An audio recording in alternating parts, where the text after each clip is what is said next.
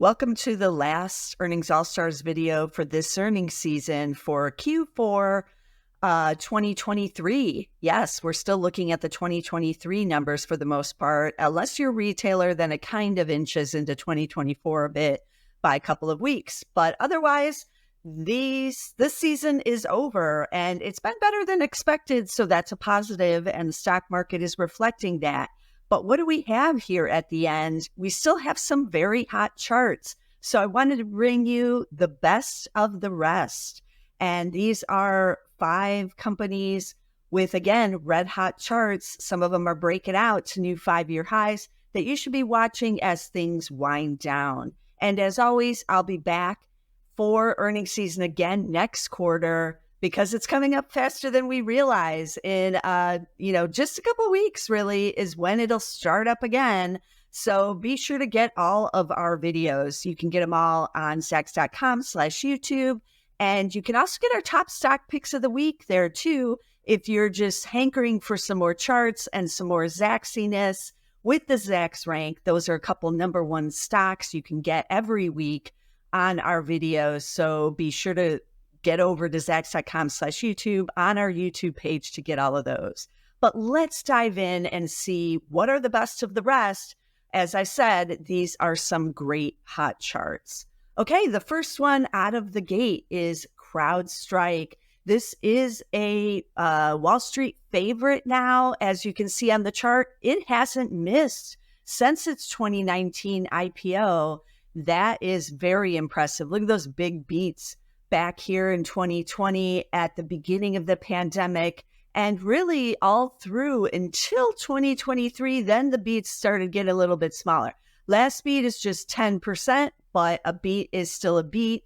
The shares have surged up to new all-time highs here in 2024, along with so many other stocks, up 165% over the last year. It's not cheap. You're going to pay for these earnings.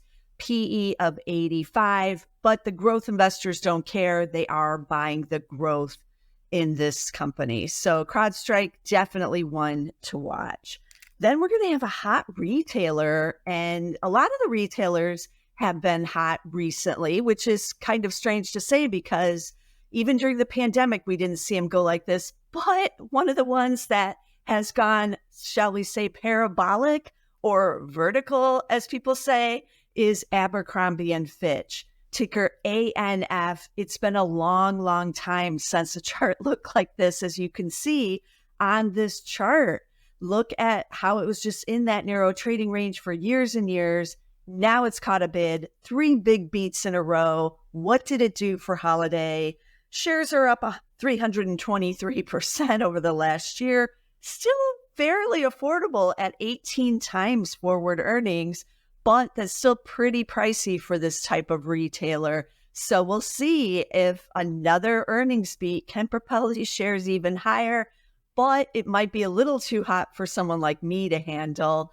But a lot of traders in this one, and that's who's going to be watching it this time when they report. Let's switch to another retailer. This is one of the hottest retailers and has been for years, but its chart doesn't look quite as good as Abercrombie.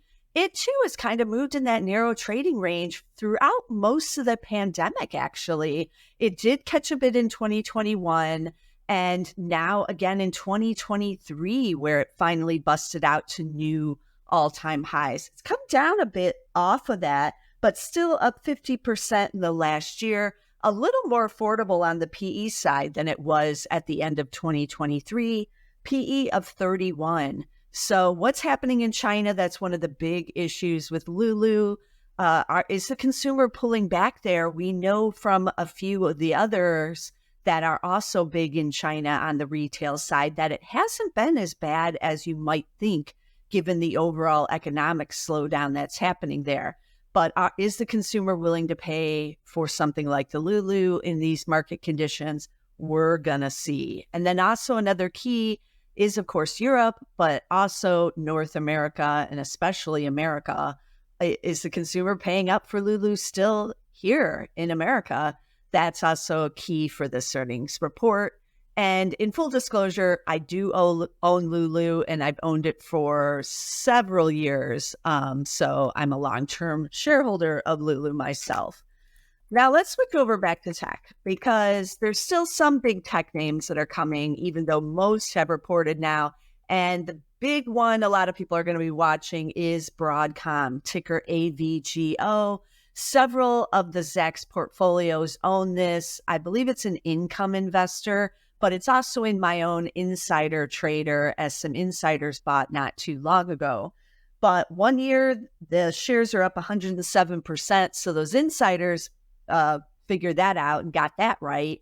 But these shares, obviously, now at 5-year highs, it's got the perfect earnings surprise track record. It really doesn't get any better than this kind of chart. Can they do it again? Can the shares go even higher? PE of 27 right now. So Broadcom, one of the hot chip stocks that's out there, and we're all going to be tuning in. And then we're going to wrap it up with a cult favorite, as I like to call it, Costco. People love going there. People love owning the stock, and for good reason. It's got a great earnings surprise track record, just 3 misses in the last 5 years, and shares have taken off again in the late 2023 and now into 2024. Huge momentum, 1 year up 51%, and obviously at the new 5-year and all-time highs. PE now at 47. So a little stretched for me, even though, as I said, everybody loves Costco. Who doesn't? We all do. There's nothing they seemingly can't do. But the question you have to ask as an investor is, how much are you willing to pay for those earnings and sales? Right now, the street is saying, we're willing to pay a lot. We're willing to pay 47 times.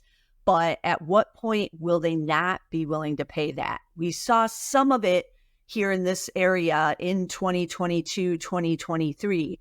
The valuation was still stretched here, and everybody was saying, no, I'm not going to pay up for those earnings. But that sentiment has changed, and it's back surging once again. So Costco is a fan favorite. A lot of people own this stock, and we're all going to be watching it as we wrap up earnings season for the 2023. So as I've said, these are the best of the rest. There's still a few more that'll still be reporting, those on the fiscal year, especially like a FedEx and a Nike. Those are several that will be coming as well. But we've mostly wrapped up with the regular standard calendar year. So this is a good time to end these All-Stars videos, and we'll be back, as I mentioned earlier, at the start of Q1 earnings season. Will it be as good as Q4? We'll see, but be sure to tune in, and I'll see you then.